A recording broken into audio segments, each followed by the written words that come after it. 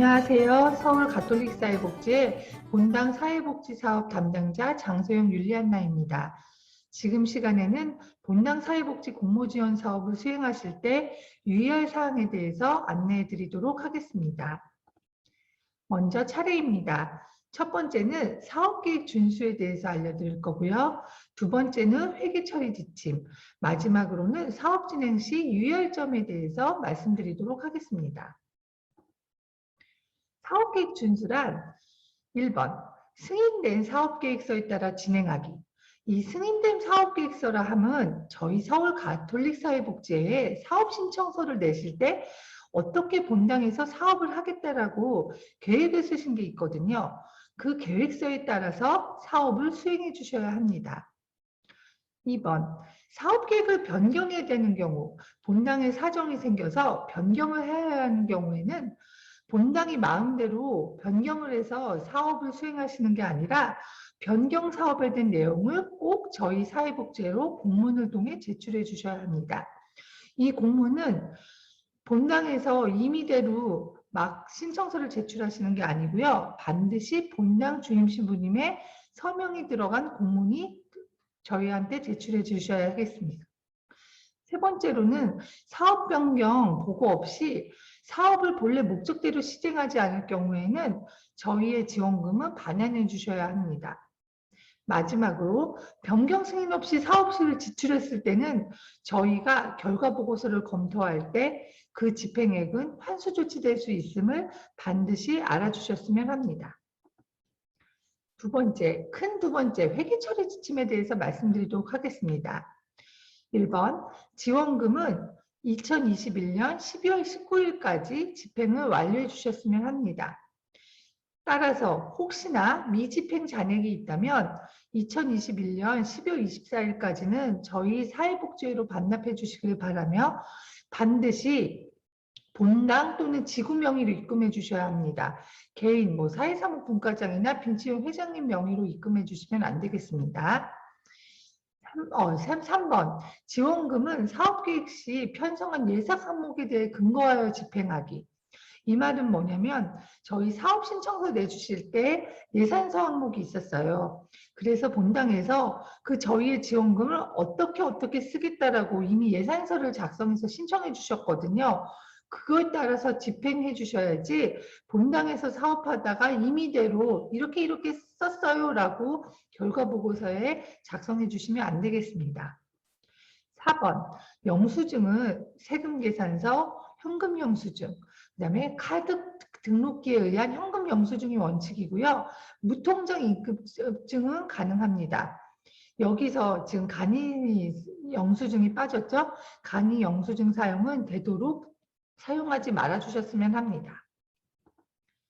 자, 많은 질문들이 들어오죠? 예산을 아끼기 위해 재래시장에서 현금을 주고 사면 싸게 살 수 있어요. 현금 영수증이나 카드 등록기 영수증을 받을 수 없어 간이 영수증을 받게 되는데 예산 절감 차원이라면 가능하지 않을까요? 라는 질문을 많이 해주시죠. 많은 본당에서 이렇게 생각을 하고 계세요. 그런데 안 됩니다.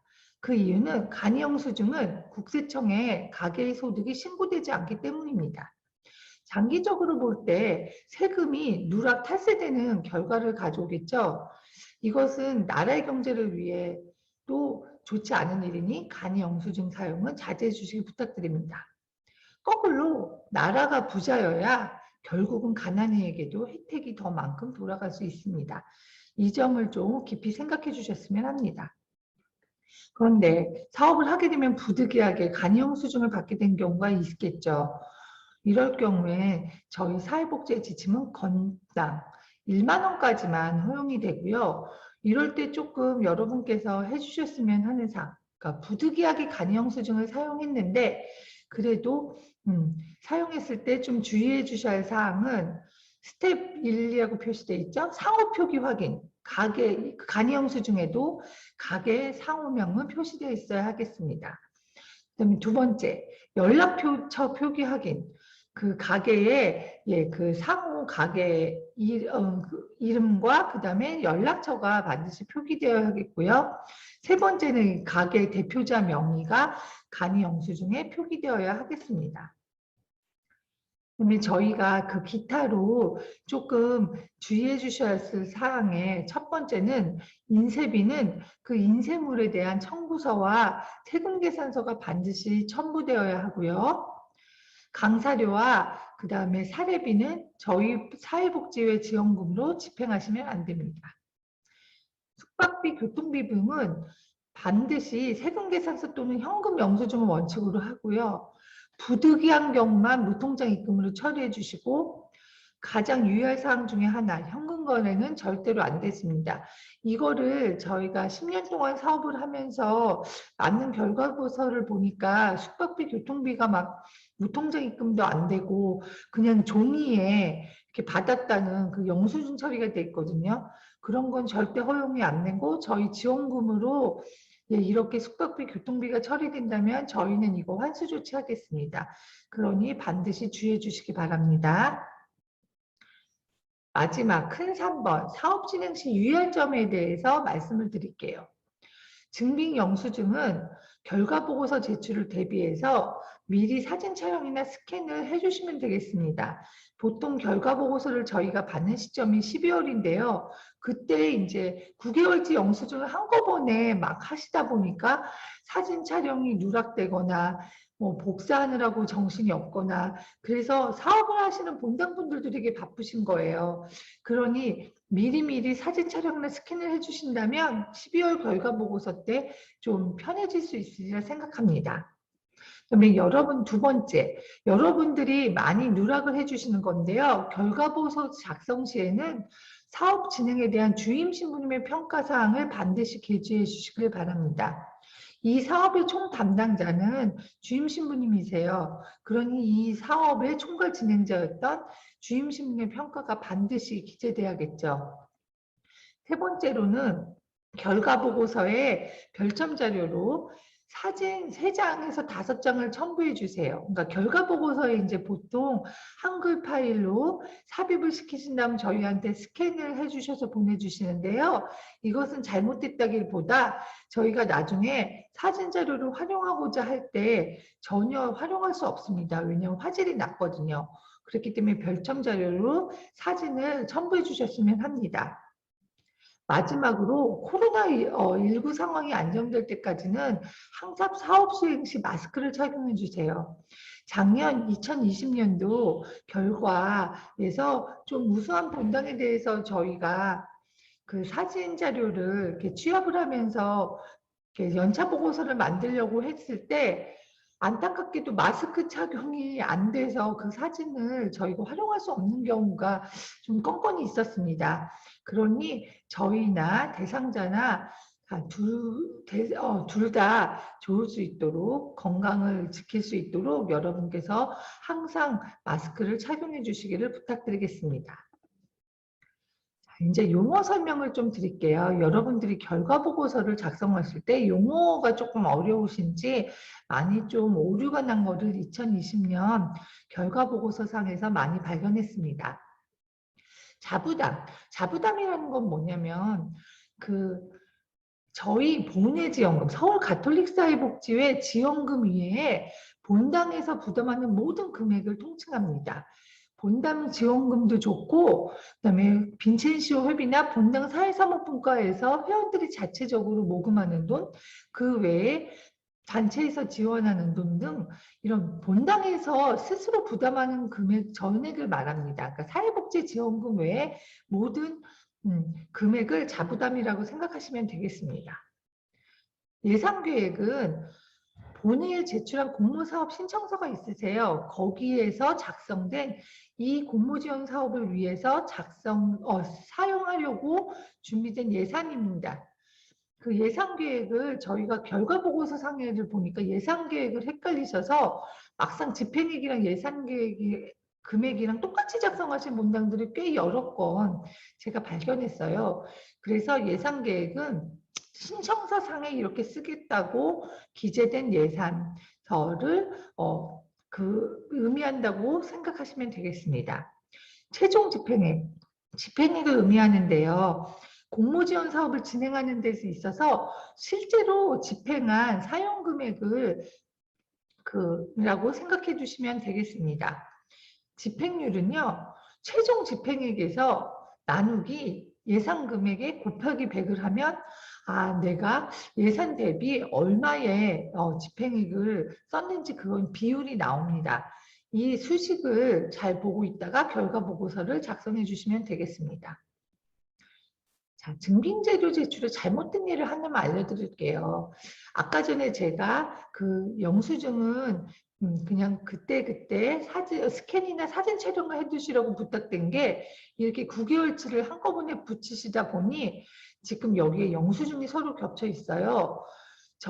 저희한테 제출할 때는 스캔으로 제출하시잖아요. 그러다 보니까 저희는 그 영수증을 일일이 펼칠 수가 없습니다. 그랬을 때 이렇게 겹쳐서 제출을 하니까 제가 맨 마지막 세 번째 영수증 외에는 구체적으로 얼마 썼는지 파악이 안 돼요.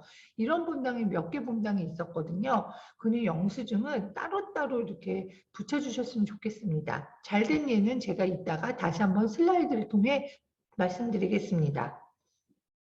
자, 우수 사례 나눔을 한번 해볼게요. 실제 2020년 본당 사회복지 공모지원 사업을 수행하고 결과보고서를 제출한 한 본당의 사례를 공유드리려고 하겠습니다. 실제 사례입니다. 자, 사업명은 어렵고 소외된 저소득 계층을 위한 행복나눔 실천이었습니다. 이거는 공모사업 신청서 상에도 동일하게 이 사업명으로 제출되었습니다. 사업 추진 기간은 2020년 2월 1일부터 11월 30일까지였고요.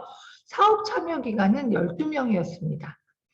사업 두 가지 이렇게 파트로 나뉘었어요. 첫 번째 사업은 2개월 단위로 정기적인 나눔을 실시했고 두 번째 사업은 소외계층을 위한 긴장 나눔 실시로 여기 본당은 크게 두 가지로 나뉘었습니다.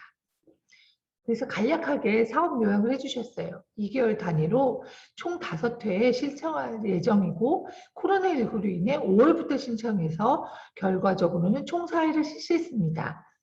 여기 보면 사업 신청서 상에 예산이 있었고 사업 신청서는 실시 계획이 있었고 이거에 따른 결과가 간단히 요약되어 있죠. 그러니 저 같은 본회 담당자는 사업을 파악하기가 빠르게 되겠습니다. 그래서 5월 17명, 7월 16명, 9월 22명, 11월 23명 등 연인형 73명의 대상자에게 448만 950원어치 상당의 물품을 나누었다고 결과를 보고했습니다. 두 번째 사업은 코로나19로 인해 거리두기 및 생활 방역의 강화로 인하여 공동 김장 사업을 실시하지 못하고 김장김치와 백김치, 쌀 등을 구입하여 소외되고 어려운 저소득 계층에게 나눔 활동을 실시했다고 결과를 보고했습니다. 자, 사업비를 잠깐 보실게요. 사업비를 보시면 이 본당은 예상계획, 사업 신청서상의 예상계획은 800만 원으로 신청을 해주었습니다. 이 예상계획은 저희 본회지원금의 본당 자부단위 합산금액입니다. 최종 집행액은 644만 8,950원. 그러니까 실제 집행액, 예산액은 800만 원이었지만 본당에서 지난 2020년 본당 공모지원 사업으로 실제 사용한 금액은 644만 8,950원이라는 의미고요. 잔액이라는 의미는 실제 예산 금액은 800만 원이었는데 최종 집행액은 644만 8,950원이기 때문에 사용하지 못한 금액은 155만 1,050원이라는 의미입니다. 집행률을 보면 제가 아까 말씀드렸었죠. 최종 집행액에서 예산액을 나누고 곱하기 100을 하니까 지금 이 본당 같은 경우는 80.61%의 집행률을 보였습니다. 좀 이해 가시나요? 자, 아까 그 사업 1, 사업 2 이렇게 두 가지 사업을 진행했다고 말씀드렸죠. 그래서 여기 같은 경우는 첫 번째 사업, 정기 나눔 사업에 대해서 추진 내용 및 실적, 그 다음에 사업 결과, 김장 나눔 사업에 대해서 추진 내용 및 실적, 사업 결과 이렇게 구분을 해놨습니다. 아무래도 작년에 코로나 상황 때문에 힘들었다 보니까 11월 김장 나눔을 담가서 어렵고 소외된 계층에게 나눔할 계획이었는데 코로나19로 인해서 공동작업을 하지 못하고 김장김치를 구입하여 23명의 어려운 계층에게 김장김치와 쌀을 나눴다고, 네, 이렇게 사유까지 사업에 대한 진행에 대한 그 결과가 약간 바뀐 부분에 대한 사유까지 이렇게 적어 주었습니다. 이럴 경우에는 저희 본당 사업하는 제 사회복지 담당자가 파악하기가 빠르겠죠.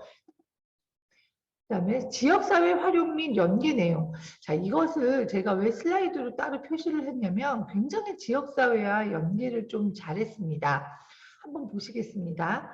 장학금 지원을 했는데 특별히 구립 청소년 공부방 청소년 5명에게 장학금을 지급했습니다. 이것은 어떤 효과를 갖다 오냐면 지역사회 내 사회복지기관과 굉장한 유대 관계가 강화되었겠죠. 지금 본당이 지역사회와 연계를 해서 지역사회 발전에 기여를 하는 한 단면을 볼 수 있습니다. 그다음에 지역상권 활성화. 지금 지역 내 포박터 시장이라는 데가 있나 봐요. 이 시장의 상인회랑 그 연계를 맺었습니다. 그래서 믿을만한 밑반찬 가게를 추천받았고 저렴한 가격에 공급을 받았습니다. 그러니까 이 포방터 시장 상인들과 유대관계를 맺음으로써 이 시장들도 본당을 통해 매출을 하는 수입을 얻었고, 또 본당 역시 저렴한 가격으로 믿을 만한 고품질의 상품을 구입할 수 있었기 때문에 이거는 서로 윈윈하는 전략이겠죠. 그다음에 지역 주민과 유대 강화가 되었습니다. 자연스럽게. 그 다음에 본당 근처에 IGA 마트, 좀 이제 큰 마트였나 봐요. 이 본당 근처에 마트를 활용함으로써 두유와 과일 등 많은 물품을 저렴하게 공급받았고, 이 역시 지역사회 상권의 활성화에 본당이 도움을 준 예가 되겠습니다. 서대문구 생활협동조 행복 중심으로 싹을 저렴한 가격에 공급받았대요. 그랬더니 이 생활협동조합은 현미와 찹쌀을 기부를 했답니다. 서로 이렇게 도움을 주고 도움을 받는 아름다운 지역사회 공동체의 모습을 구현했죠. 그래서 제가 별도로 슬라이드를 만들었습니다. 자, 사업평가 부분을 한번 보시겠습니다. 사업 성과, 보람된 일, 알리고 싶은 사례. 이 양식은 저희 결과보고서 상에 있는 양식이기 때문에 제가 양식을 특별히 드리지는 않는데요. 여기서 사업평가 때 특징적인 것은 한 명이 그냥 사업 성과에 대해 쭉 기술한 게 아니라 서로 그 사업평가를 하면서 나누었던 얘기들을 쭉 기술되어 있습니다. 근데 여기 본당도 역시 안타까운 게 사업 성과나 사업을 하고 난 뒤 느낀 점에 주임 신부님의 사업 평가가 있었으면 좋았을 텐데 이 부분은 빠졌습니다. 그러니 이 슬라이드를 보시는 본당 실무자분들께서는 결과 보고서를 하실 때 반드시 사업 평가할 때 주임 신부님께서 말씀하신 점을 꼭 기재해 주셨으면 좋겠습니다. 자, 향후 계획을 보시면 앞으로 향후 본당 사회복지 공모지원 사업에 지원할 것인지 자체 사업을 운영할 것인지에 대하여 계획을 자유롭게 작성해 달라고 저희가 요청드렸을 때 여기 본당은 성전 건립 비용 등 충당을 위한 교구 대출금이 있어 본당 재정이 충분하지 않다고 되어 있습니다. 따라서 본당 공모지원 사업은 향후 계속 지원할 계획인데 다만 나눔 대상자를 23명에서 30명 선으로 늘리고 지원 물품 품목을 다양화할 계획이라고 이렇게 작성을 해주셨습니다. 그래서 실제로 2021년도 공모지원 사업 신청서에 자분담문이 많이 반영된 본당입니다. 연속사업 지원 및 자립을 위한 준비 과정에서 지금 향후 계획에서 앞으로도 사회복지 공모지원 사업을 진행할 계획이라고 했기 때문에 자립을 위한 계획을 갖고 있지만 그 단체 회비를 통해서 사회사목 모금 활동을 좀 더 강화. 근데 여기서 자립계획을 위한 계획을 갖고 있다는 것에 대해서 향후 계획은 표시가 되어 있지 않죠. 그렇기 때문에 여러분들이 좀 구체적으로 작성을 해주시려면 자립계획을 갖고 있다면 향후 계획란에 반드시 표시를 해주시는 게 도움이 되겠습니다. 자, 여기 그 사업을 하고 난 뒤 느낀 점에 이 본당은 사업을 진행하는 분들이 가장 마음에 품었던 성경 구절을 적게 해서 집회에서 7장 31절 가난한 이에게 내 손길을 뻗어라라고 말씀을 해주셨습니다. 자, 그 마지막으로 사업비 진행 결과를 보실게요. 이 2020년도 여기 본당은 사업서 신청서 상의 예산액은 총 800만 원이었습니다. 본회지원금 200만 원, 본당 자부담 600만 원으로 약정을 해주셨고요. 실제 사업 수행하고 난 뒤 자부담은 448만 950원을 썼고 지원금은 200만 원을 다 사용했습니다. 따라서 그 지원금 집행률은 100%가 다 됐고 자부담 집행률은 자부담 448만 950원을 썼는데 예산액 600만 원이었으므로 나누고 곱하기 100을 하니까 14.2%의 자부담 집행률이 있었거든요. 그래서 여기 1년 총 사업비는 예산액 800만 원에 최종 집행액이 지원금 200만 원, 자부담 448만 950원을 합산해서 643만 8,950원이었고요. 집행률은 최종 집행 나누기 예산액 곱하기 100%에서 80.6%로 나왔습니다. 자, 이 슬라이드를 보니까 좀 이해 가시죠? 여러분들도 결과 보고서 작성 시 본당의 그 예산과 실제 집행액에 맞게 기재해 주시면 되겠습니다. 그 여기는 별찬 자료인데요. 여기 본당이 그 예산서 사용에 따른 집행 그리고 집행에 따른 증빙 영수증을 제출하실 때 예산 집행 보고서를 특별히 작성해 주셨어요. 그래서 이 예산 집행 보고서에 따라서 이 영수증 지금 보면 결산 내역 보면 이 영수증에 맞게 지금 3장의 영수증이 나왔는데 각각 한 장, 한 장, 한 장 이렇게 붙여주셨습니다. 따라서 제가 되게 보기 편했거든요. 그러니까 여러분들도 2021년도 결과 보고서 작성해 주실 때 영수증을 각각 붙여주셨으면 감사하겠고요.